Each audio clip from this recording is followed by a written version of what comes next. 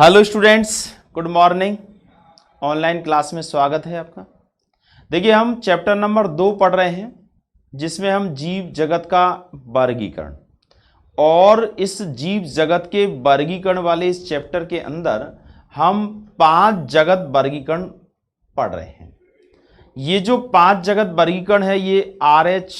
वेटकर नाम के जो वैज्ञानिक थे उनके द्वारा दिया गया था, और इस वर्गीकरण में समस्त जीवों को 5 जगतों में बांट दिया गया है, जिसमें सबसे पहला जगत जो है मोनेरा है, दूसरा प्रोटिस्टा है, तीसरा फंजाई है, और चौथा जो है प्लांटी है, और पांचवा जो है एनिमेलिया है। तो हम इसमें प्रोटिस्टा जगत के बारे में पढ़ रहे हैं। जगत प्रोटिस्टा, ये हमारा चैप्टर नंबर 2 चल रहा है। जीव जगत का वर्गीकरण।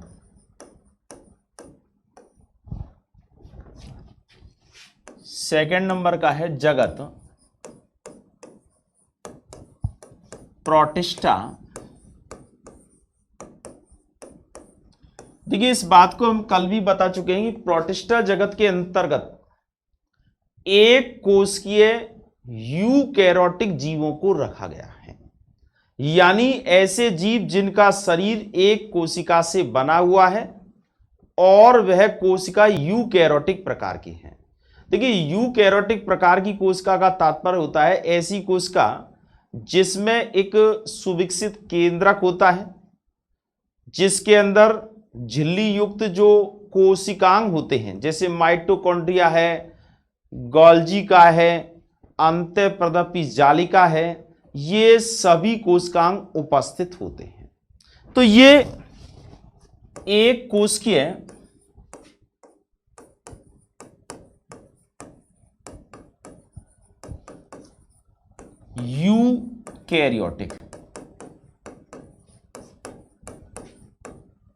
यूकैरियोटिक जीव। देखिए, इस जगत के अंदर जो जीव रखे गए हैं उनमें एक प्रकार से विविधता पाई जाती है, अर्थात ऐसे जीवों को भी रखा गया है जिनके अंदर कोशिका भित्ति उपस्थित है, और दूसरी तरफ ऐसे जीव भी रखे गए हैं जिनमें कोशिका भित्ति नहीं है, अर्थात दोनों तरह के जीवों को रखा गया है। इसके अलावा इस जगत के अंदर प्रकाश संश्लेषी जीव जो अपना भोजन स्वयं तैयार कर लेते हैं, और ऐसे जीव जो अप्रकाश संश्लेषी होते हैं, जो अपना भोजन स्वयं तैयार नहीं कर पाते हैं, उनको भी इसमें रखा गया है। तो इसलिए इस जगत के सदस्यों में विविधताएं पाई जाती हैं। इस जगत के सदस्यों को 5 समूहों में बांट दिया गया है। एक तो होता है क्राइसोफाइट।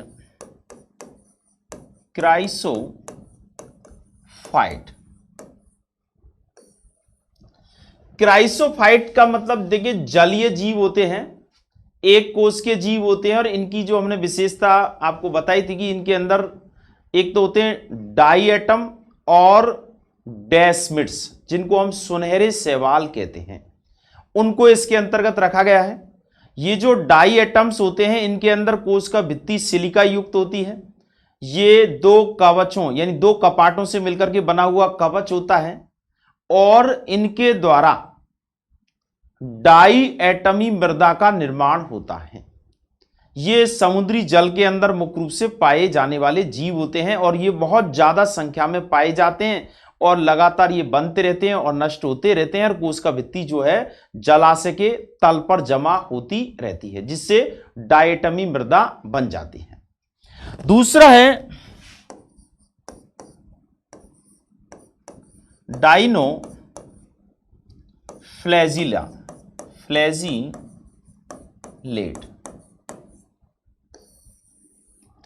डाइनोफ्लैजिलेट यानी जिसे हम कह सकते हैं डाइएनोफ्लैजिलेट, ये द्विकंशावीय जीव होते हैं।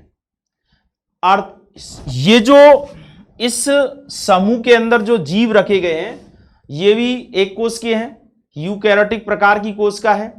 इनमें विविध प्रकार के वर्णक पाए जाते हैं और इन वर्णकों के उपस्थिति के कारण इनके विभिन्न प्रकार के रंग होते हैं। इसमें हरित लवक की यानी क्लोरोफिल वर्णक की उपस्थिति भी होती है। ये प्रकाश संश्लेषण क्रिया करके अपना भोजन स्वयं तैयार कर लेते हैं। ये मुख्य रूप से समुद्री जल में पाए जाने वाले जीव होते हैं। इनके अंदर दो कंसाविकाएं होती हैं जो कि एक दूसरे के अनुप्रस्थ होती है। एक कंसाविका साइज में बड़ी होती है, दूसरी छोटी होती है और इनकी इतनी ज्यादा, क्योंकि इनमें रंग जो होता है, वर्णक जो होते हैं, उनके कारण जब इनकी बहुत ज्यादा अधिकता होती है तो पानी का रंग दिखाई देता है। यानी लाल सागर में लाल रंग जो दिखाई देता है वो इन गोनियालैक्स नाम का डाइएनोफ्लैजिलेट जीव होता है उसके कारण दिखाई देता है। तो इस तरह से ये भी एक कोश के जीव हैं। देखिए अब इनके हम चित्रों के माध्यम से अगर देखें तो ये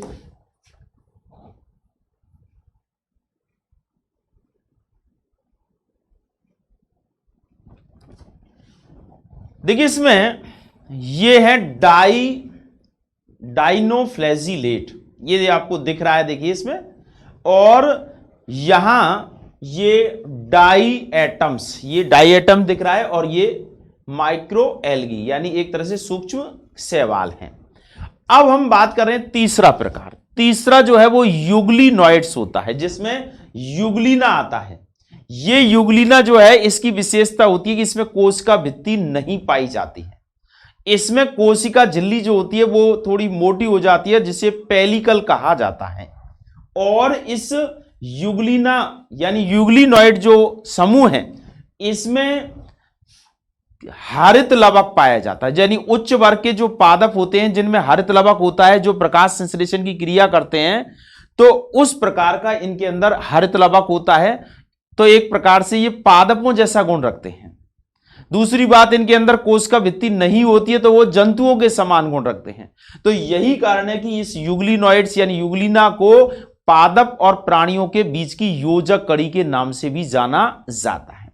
तो ये यूग्लिना है, यूग्लिनॉइड्स। इसके बाद स्लाइम वर्ल्ड आता है। तो देखिए हम यूग्लिनॉइड्स के बारे में लिख लें। ये तीसरा जो है यूग्लिनॉइड,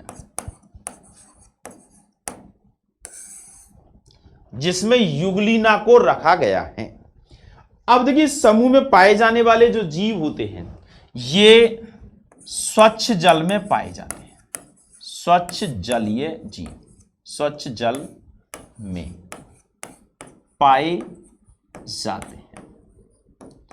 देखिए स्वच्छ जल का मतलब होता है जैसे तालाब है, नदी है, जिसमें लवणों की सांद्रता कम होती है।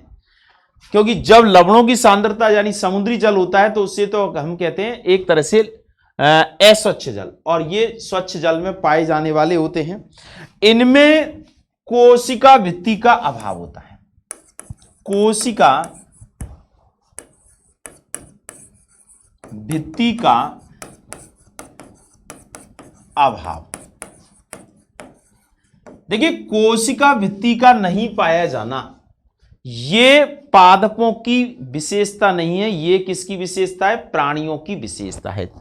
क्योंकि पादपों में कोशिका भित्ति पाई जाती है लेकिन प्राणी कोशिकाओं में कोशिका भित्ति जो है नहीं पाई जाती है। और इसमें इनमें पेलिकल का आवरण पाया जाता है। यानी इनके अंदर सबसे बाहर की तरफ जब कोशिका भित्ति नहीं है तो ऐसी स्थिति में यहां पर देखिए एक तरह से पतली प्रोटीन की बनी हुई पतली झिल्ली जैसी संरचना होती है जो पेलिकल का निर्माण करती है। परित्वक बोलते हैं इसे। तो पेलिकल का आवरण इनके अंदर पाया जाता है। किसके कारण? कोशिका भित्ति के अभाव के कारण इनके अंदर पाया जाता है। इनमें उच्च वर्ग के पादपों के समान हरित लवक की उपस्थिति होती है।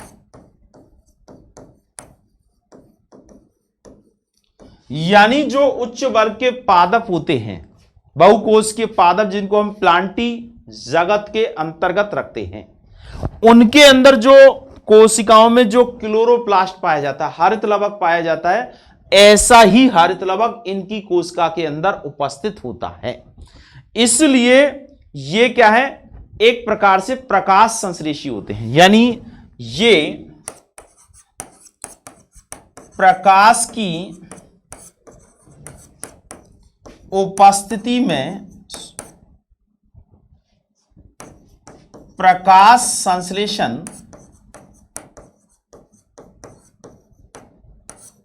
कर भोजन का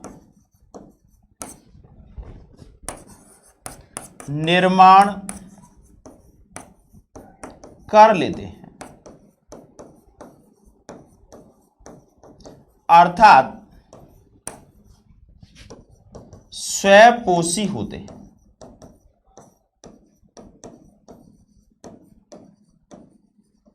यानी जब सूर्य के प्रकाश की उपस्थिति होती है तो ये प्रकाश संश्लेषण क्रिया कर लेते हैं और अपना भोजन का निर्माण स्वयं करके स्वपोषी कहलाते हैं। लेकिन जब प्रकाश की अनुपस्थिति होती है, प्रकाश की अनुपस्थिति, तब ये परपोषी होते हैं।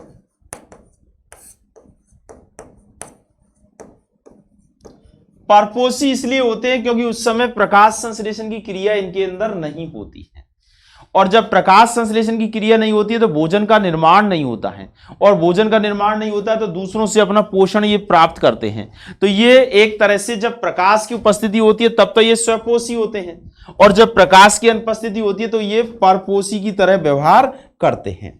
इनमें भी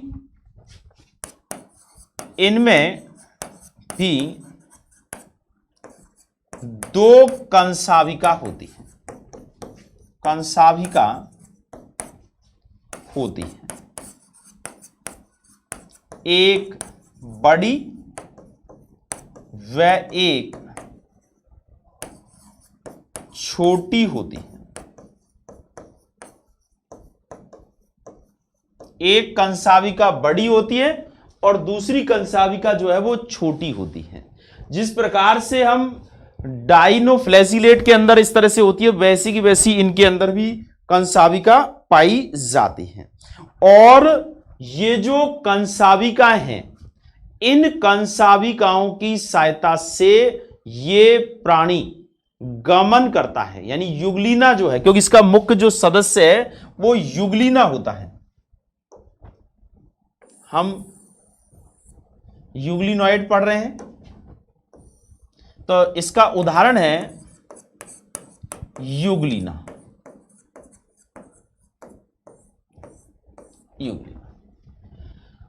अब देखिए ये युगलिनॉइड की क्या विशेषता है, एक बार पुनः सुनिए आप कि ये स्वच्छ जल में पाए। पहले तो हम प्रोटिस्टा जगत की बात कर रहे हैं, तो एक कोष के यूकैरियोटिक जीव होते हैं। फिर इसके अंदर युगलिनॉइड प्रकार का जो समूह है, इसमें स्वच्छ जल में पाए जाने वाले जीव रखे गए हैं। इनमें कोशिका भित्ति का अभाव होता है, और इनमें क्या होता है कि प्रोटीन की बनी हुई कोशिका के चारों तरफ पतली झिल्ली या एक प्रकार का पतला आवरण होता है, जिसे हम पेलिकल कहते हैं, पेलिकल के नाम से जानते हैं। इनमें विशेष बात है कि उच्च वर्ग के जो पादप होते हैं, उनमें जिस प्रकार से हरित लवक की उपस्थिति होती है, उसी प्रकार से इनके अंदर हरित लवक होते हैं। और इस हरित लवक के उपस्थिति के कारण जब इनको दिन के समय सूर्य का प्रकाश मिल जाता है, तो ये प्रकाश संश्लेषण क्रिया करके अपना भोजन का निर्माण स्वयं कर लेते हैं और ये स्वपोषी व्यवहार प्रदर्शित करते हैं। लेकिन जब प्रकाश उपलब्ध नहीं होता है तो ऐसी स्थिति में इनके अंदर प्रकाश संश्लेषण की क्रिया नहीं होती है और ये परपोषी जैसा व्यवहार करते हैं। अर्थात ये स्वपोषी भी हैं और परपोषी। जब स्वपोषी होते हैं तो पादपों के समान व्यवहार कर रहे हैं, और जब परपोषी हैं जब प्राणियों के समान व्यवहार कर रहे हैं। और इनमें दो कंसाविकाएं होती हैं, एक छोटी कंसाविका होती है और एक बड़ी कंसाविका होती है। और ये कंसाविकाएं बाल जैसी संरचनाएं होती हैं जो इनको पानी में एक प्रकार से गमन करने में मदद करने का कार्य करती हैं। इसका जो सदस्य है वो युगलीना, और इन सब गुणों के कारण देखिए, आप इस चित्र को देखिए तो इसमें युगलीना ये दिख रहा है, युगलीना है, युगलीना इस तरह का हरा सा, और इसमें ये केंद्रक उपस्थित होता है। अब ये युगलीना को इसके जो गुण हैं, इन गुणों के कारण ही इसे पादप एवं प्राणियों के बीच की योजक कड़ी के नाम से भी जाना जाता है, युगलीना को। तो देखिए इसमें ये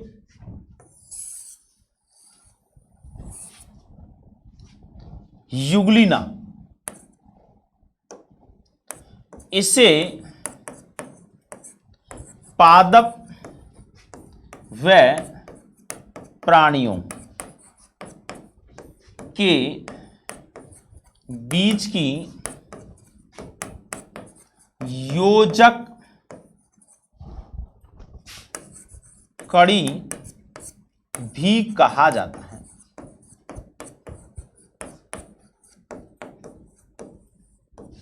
देखिए, जिस तरह से हमने सजीव और निर्जीव दोनों के बीच की योजक कड़ी कहा जाता है वायरस को। क्यों? क्योंकि उसमें सजीवों के समान गुण होते हैं जब किसी सजीव कोशिका के अंदर प्रवेश कर जाता है, और निर्जीवों के समान जब ये स्वतंत्र रूप से पड़ा होता है तो निर्जीवों के समान गुण होता है।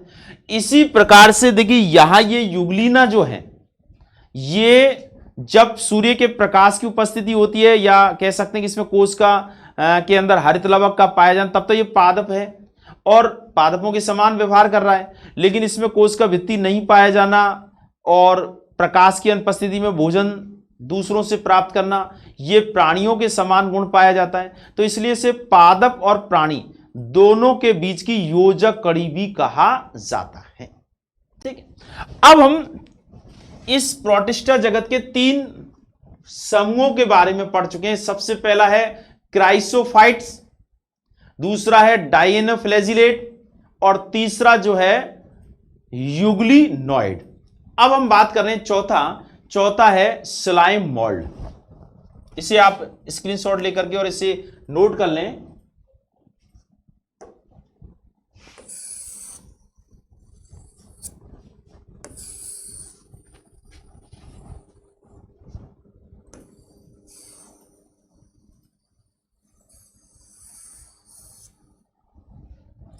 अब देखिए यहां ये स्लाइम मोल्ड, देखिए ये दिख रहा है,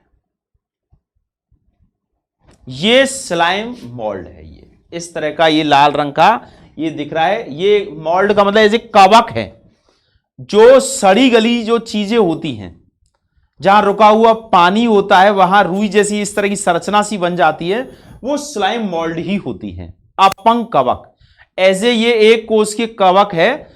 अगर बहुकोष के होता तो ये हमारा जो तीसरा जगत है फंजाई, उसके अंतर्गत रखा जाता। तो इसमें देखिए ये स्लाइम मोल्ड है।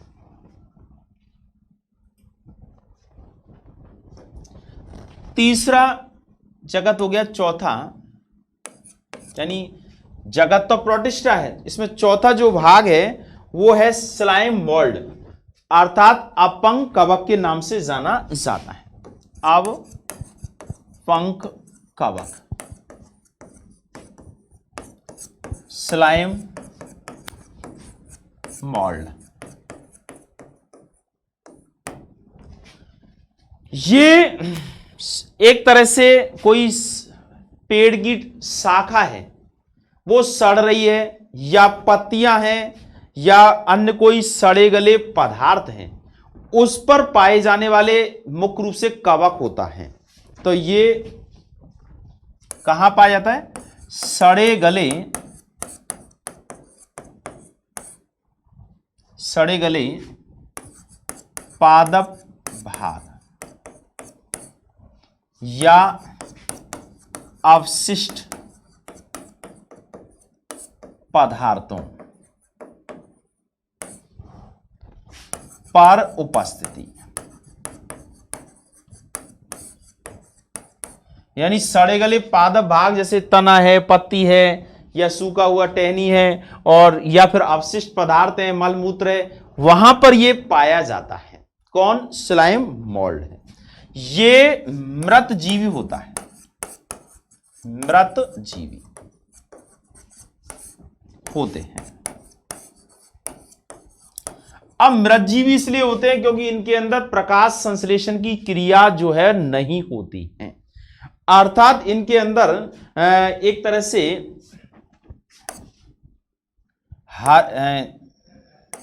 ये, इसको हम एक शब्द में लिख सकते हैं, ये अप्रकाश संश्लेषी होते हैं, अप्रकाश संश्लेषी होते हैं।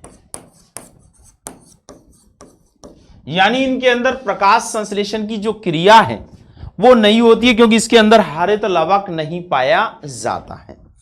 और ये अनुकूल परिस्थितियां जब होती हैं, ये अनुकूल परिस्थितियों में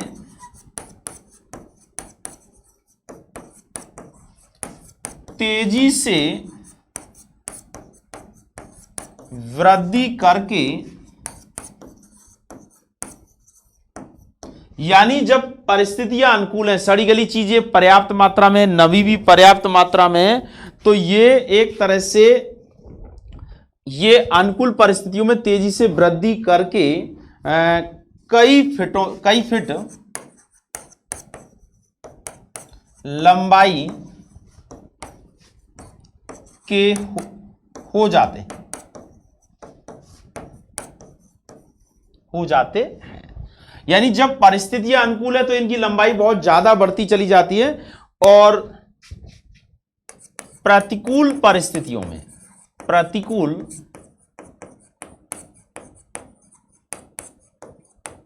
परिस्थितियों में ये बीजाणुओं का निर्माण करते हैं, बीजाणुओं का निर्माण कर लेते हैं जो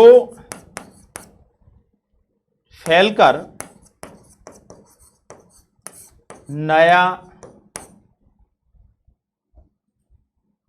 नया जीव बना लेते हैं। यानी ये क्या करते हैं कि जब अनुकूल परिस्थितियां होती है जब तो लंबाई में लगातार बढ़ते चले जाते हैं, लेकिन जब प्रतिकूल परिस्थितियां होती है तो इनसे बीजाणु बन जाते हैं और ये बीजाणु जब बीजाणु धानियों में बनते एक तरह से और ये फैल जाते हैं और बीजाणु जितनी जगह फैलते हैं उस जगह नया एक तरह से स्लाइम मोल्ड जो है बन जाता है। और इनके ये जो बीजाणु हैं ये वातावरण में एक जगह से दूसरी जगह जो फैलते हैं वो हवा के द्वारा फैलते हैं।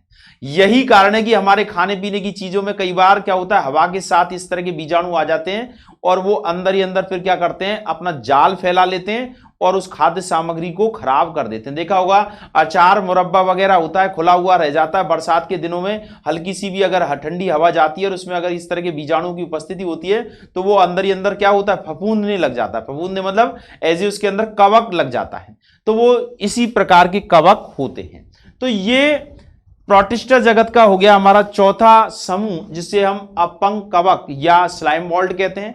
अब हम पांचवा जो भाग है वो है प्रोटोजोआ, जो एक तरह से जंतु जगत का ही पहला भाग के बराबर के समान होता है। तो इसे हम कल कराएंगे प्रोटोजोआ को, यानी हमारा प्रोटिस्टा जगत चल रहा है जिसका ये एक प्रकार से सबसे पहले हमने क्राइसोफाइट पढ़ा, फिर उसके बाद दूसरा हमने डायनोफ्लैजिलेट पढ़ा, फिर तीसरा आज यूग्लिनॉइड्स और स्लाइम मोल्ड पढ़ा और कल हम इसके प्रोटोजोआ के बारे में पढ़ेंगे। तो इस तरह से ये हमारा टॉपिक आगे बढ़ रहा है। आप घर बैठे अच्छे से पढ़ाई कीजिएगा और जो भी चीजें आपको बताई जाती हैं इनको आप नोट भी करिए धीरे धीरे, और आपके पास बुक वगैरह भी ले आइए तो उससे भी थोड़ा सा आप देख सकते हैं कि भाई हमारे कोर्स में क्या क्या चीजें किस तरह से हैं। सिलेबस में मैंने वैसे ये सारी चीजें एक बार बता दी थी, लेकिन फिर भी आप उसको उस रूप में एक बार ट्राई जब पढ़ेंगे तो आपका रिपीट हो जाएगा। ठीक है, तो आज के लिए इतना ही। ओके।